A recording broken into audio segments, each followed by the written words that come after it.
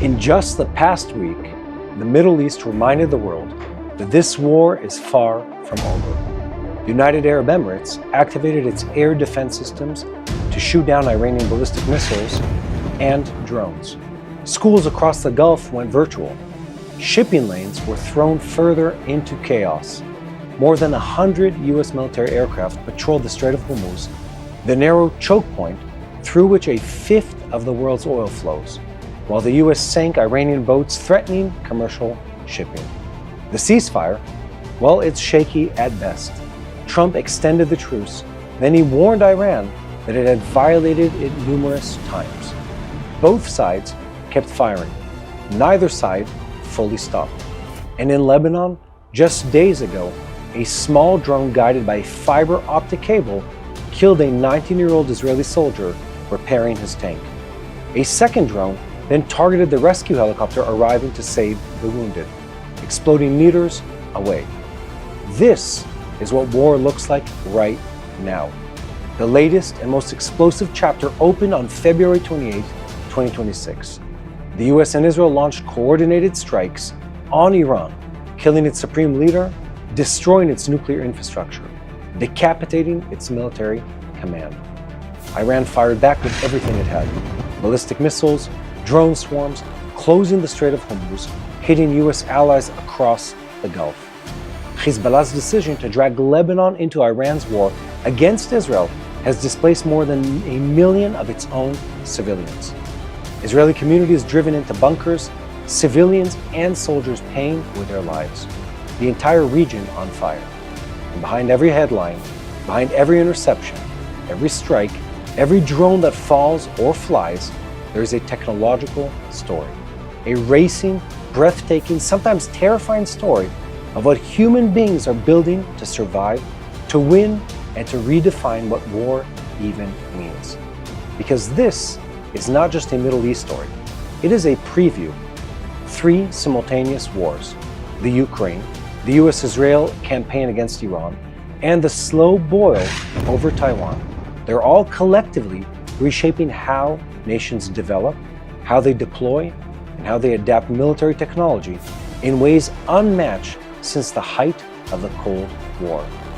China's watching, it's taking note, supplies Iran quietly, and this year, Beijing raised its military budget to 7%, to $278 billion. It waits, it studies every lesson being written right now in Israeli skies and Lebanese villages and the waters of the Persian Gulf. And Israel, tiny Israel, 10 million people, smaller than New Jersey, is in the midst of it all.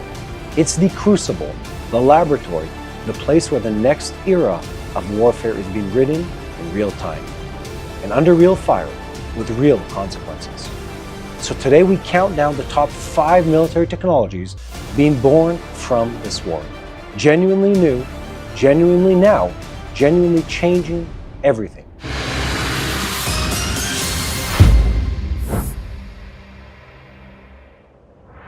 But before we do, if you like this content, please like the video and subscribe to our channel.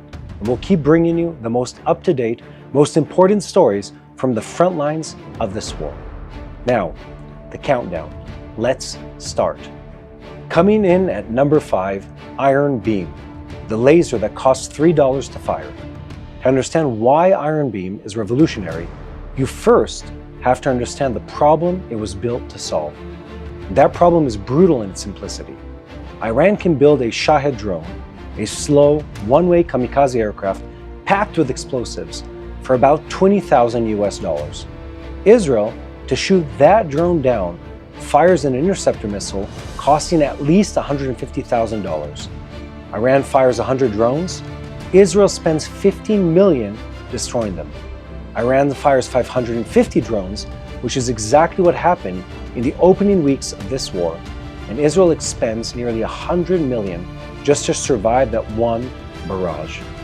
Iran loses every drone, and Iran still wins, economically at least, because it just bled Israel's interceptor stockpile dry at a fraction of the cost. This is the central strategic problem of modern warfare. The side with cheap offense has a structural advantage over expensive defense. Doesn't matter how good your interceptors are, if your enemy can bankrupt you with $20,000 threats, well, they win without winning.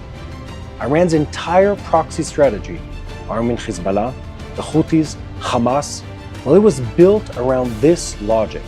Flood the sky, exhaust the defender, bleed them slowly.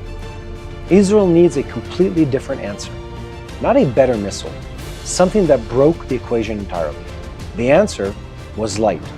On December 28, 2025, weeks before the current war began, the Israeli Defense Ministry handed the world's first operational high-power laser air defense system to the Israeli Defense Forces.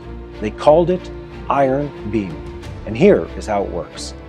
Iron Beam is a 100-kilowatt laser mounted on a turret. When a threat is detected, a drone, a rocket, a mortar shell, the system locks on, tracks the target, and fires.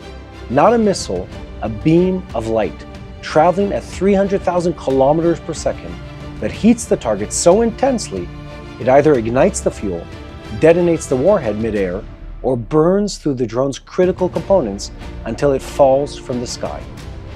Lock onto destruction in seconds, and the cost per interception? Approximately $3 in electricity. Just $3 against $150,000 per conventional interceptor missile. The adversary's entire strategy collapses when the defender can fire back essentially for free, with a magazine that is bottomless as long as there is electricity. Iron Beam is not a prototype. It is deployed, it's operational, and it's handed to the IDF just weeks before this war began. And as this conflict unfolds, we'll be hearing a great deal more about its effectiveness in real combat conditions, because this is a system that has only just entered the battlefield. A new weapon, a new era, and the world is watching. The United States, the UK, China, Germany, all developing laser systems, and none have fielded one operationally. Israel got there first, and through a co-development agreement with Lockheed Martin, Iron Beam's technology will protect American forces too. As the man who built it said, with a laser, the speed of the target is no longer an issue, because nothing outruns light. At number 4, we have Matzpen, the AI brain nobody talks about. You've heard of Iron Dome, you've heard of Arrow, but there's a unit inside the IDF that most people have never heard of. That runs through every single one of those systems, connecting them, accelerating them, making them dramatically more effective. It's called Matzpen, or compass in English, and what it did during the Iran war, on offense and in protecting Israeli civilians, is one of the most remarkable technology stories of this entire conflict.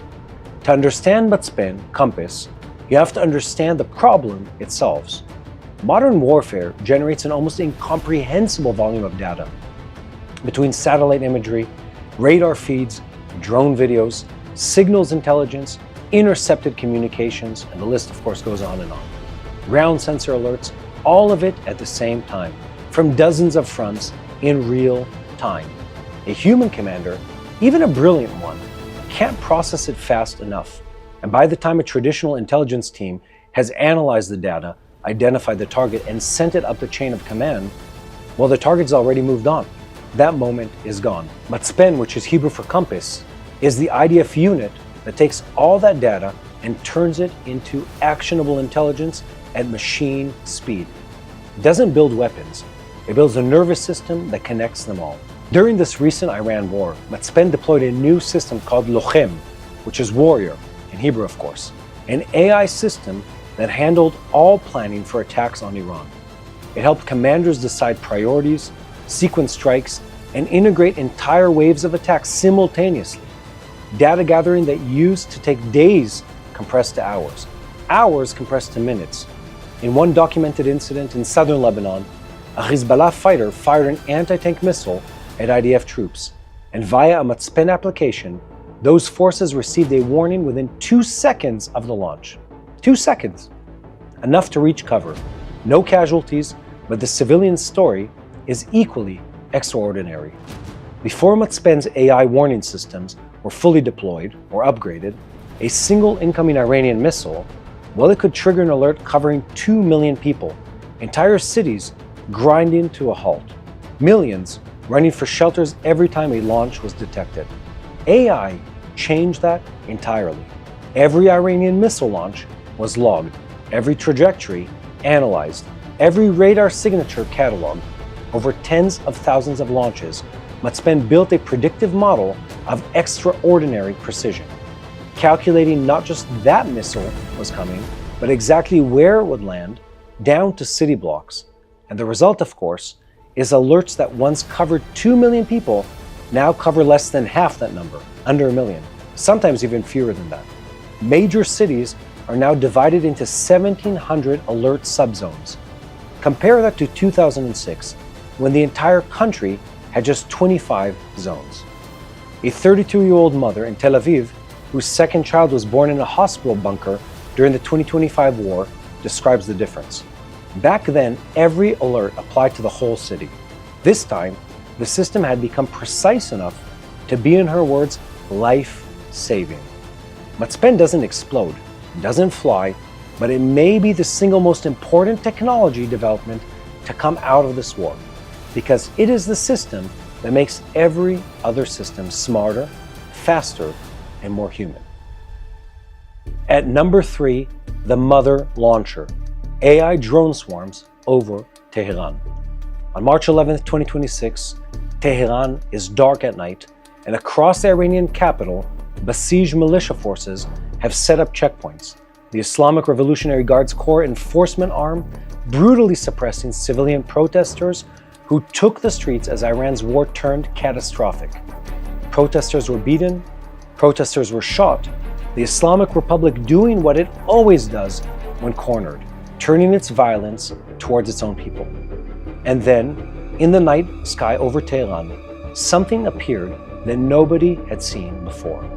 Not a missile, not a bomb, not an F-35 fighter, a swarm. Dozens of small drones deployed simultaneously, each guided by artificial intelligence, hunting specific besieged checkpoints across the city with surgical accuracy, precise coordinated, and delivered by the method unlike anything publicly used before.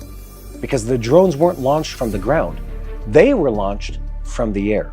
Israel has deployed what analysts are calling a mother launcher, a flying platform that carries not bombs, but smaller drones. It flies to range, it releases them, and those drones, each equipped with AI targeting systems and preloaded databases of targets, disperse and hunt independently. To understand why this is revolutionary, you need to understand the problem it really solves.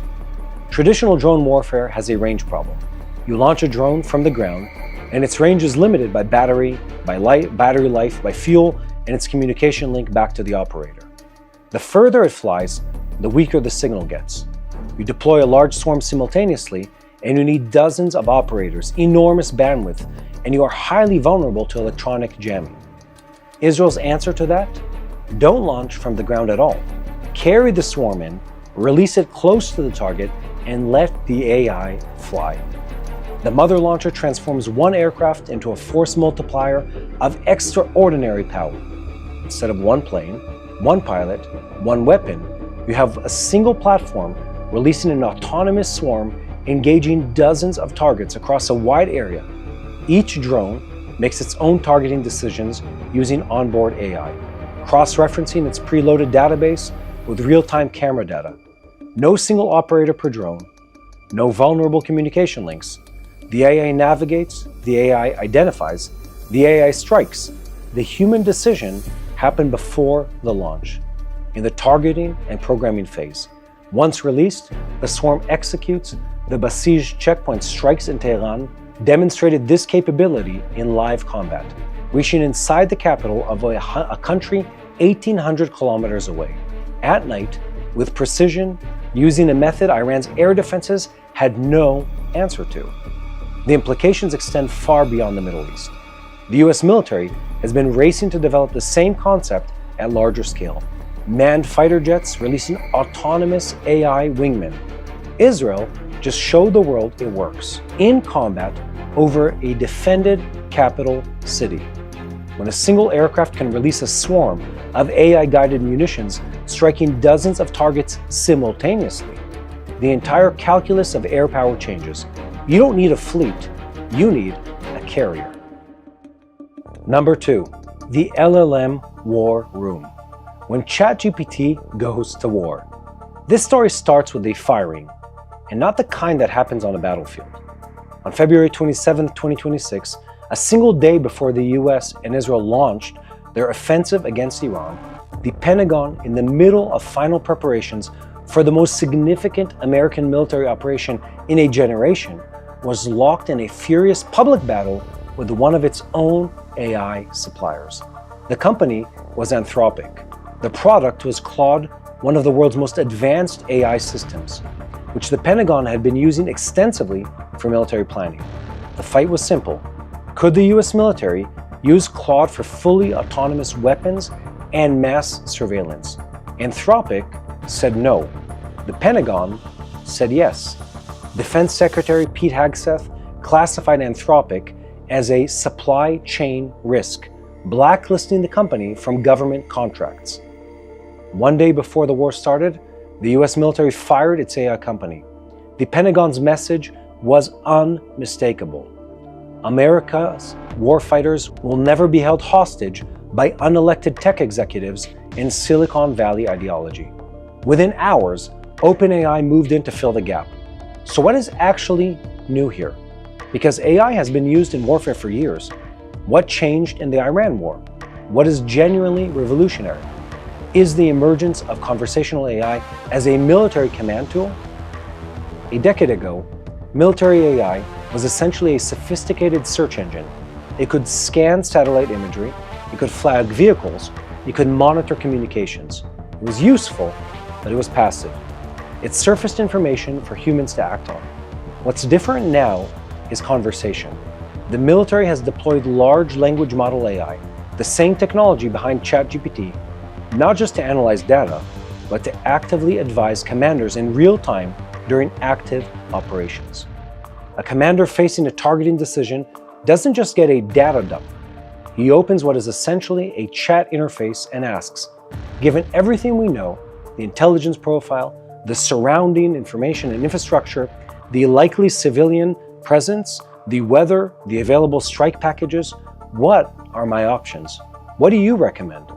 And the AI answers in plain language within seconds.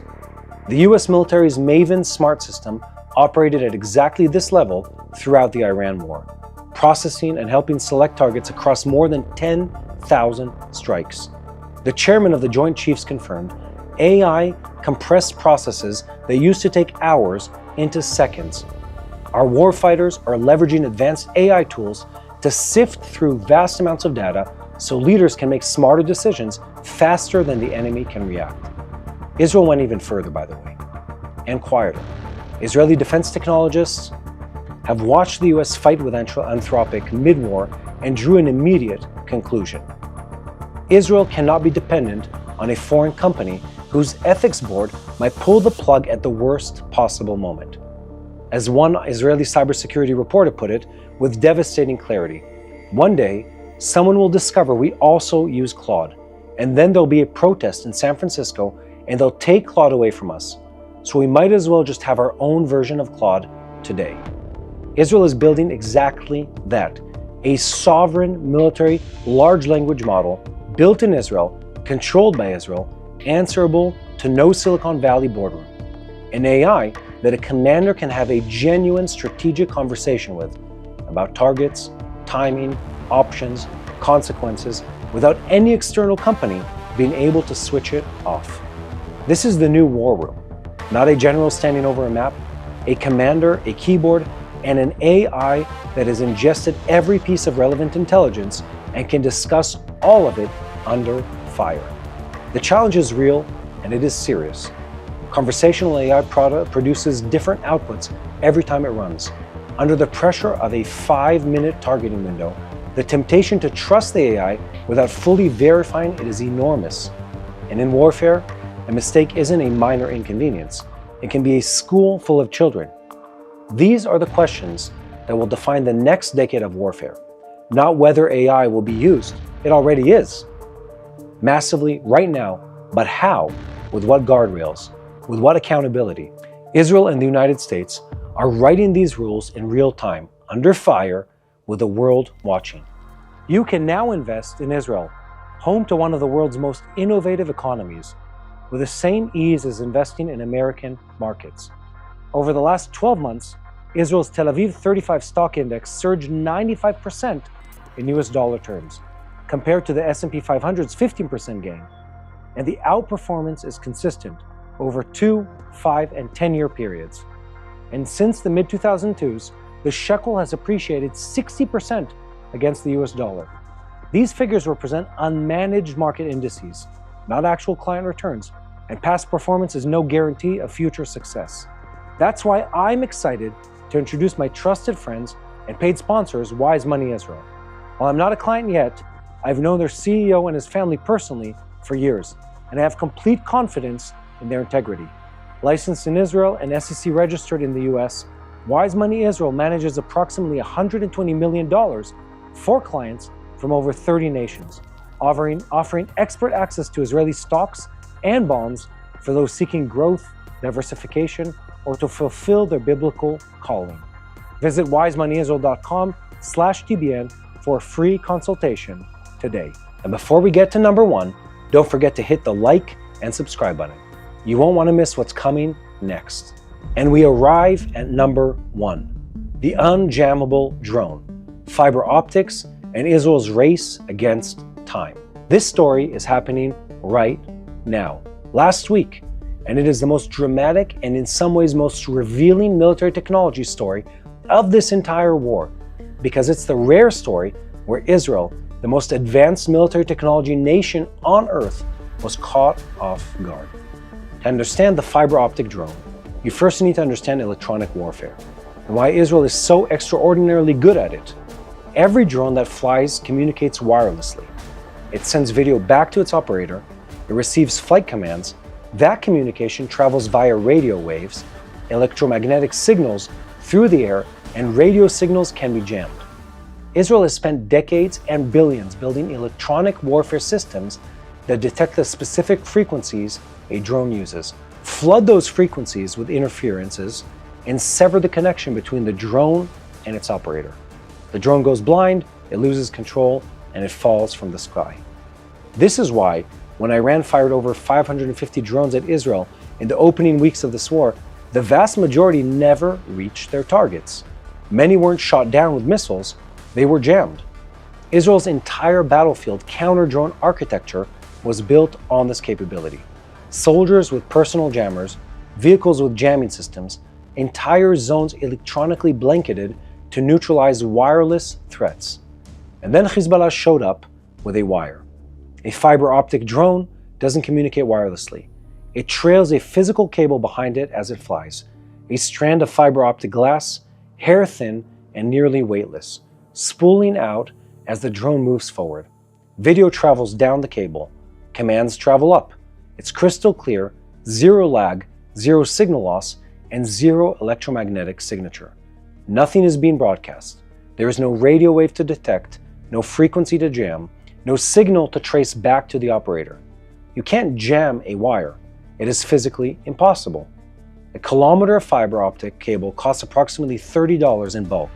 Hezbollah buys civilian quadcopters, mounts an explosive device, attaches a spool of cable, and has a precision-guided weapon that defeats billions of dollars of Israeli electronic warfare infrastructure.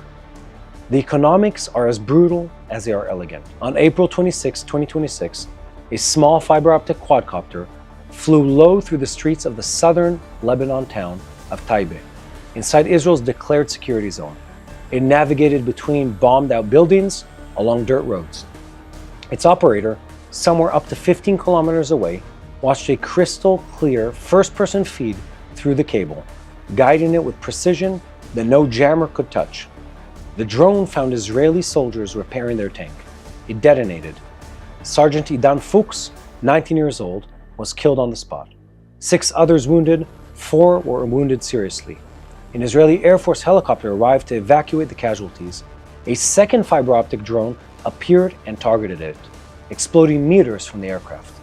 On April 11th, the Defense Ministry had already issued a public emergency call for technological solutions. Open bidding, all proposals welcome. An admission in plain language that the IDF does not yet have an effective counter to the fiber optic drone. Let that sit with you for just a moment. The country that built Iron Dome, that intercepted Iranian ballistic missiles in outer space, that deployed AI drone swarms over Tehran, publicly admitted it doesn't yet have an answer to a weapon built from a $30 cable and a consumer quadcopter. That is the nature of this war. That is the nature of this laboratory. No advantage is permanent. No lead is safe forever. Every solution creates a new problem. But here is the other side, and it is equally remarkable. The same culture that produces every technology on this countdown is already moving and progressing. Israeli startups founded by veterans who fought in Lebanon are building countermeasures right now. AI-powered optical detection systems that spot drones visually when no electronic signature exists. Acoustic sensors listening for the specific motor signature of a fiber optic drone. Physical interception systems and offensive fiber optic drones of their own, because if you're going to face a threat, you better understand it from the inside. As you're watching this, and America is not a spectator, Iron Dome interceptors are manufactured in Arkansas. Iron Beam is being co-developed with Lockheed Martin. The AI systems that ran through this war were built on a foundation of US-Israel joint research going back decades. When Israel bleeds, it learns. When it learns, it shares. And what it shares becomes the shield of the democratic world. Two countries bound by shared values, tested by shared enemies, building together, urgently, relentlessly, the technology that will define how humanity defends itself for the next 50 years. The lab is open. The scientists and engineers never sleep, and they are nowhere near done.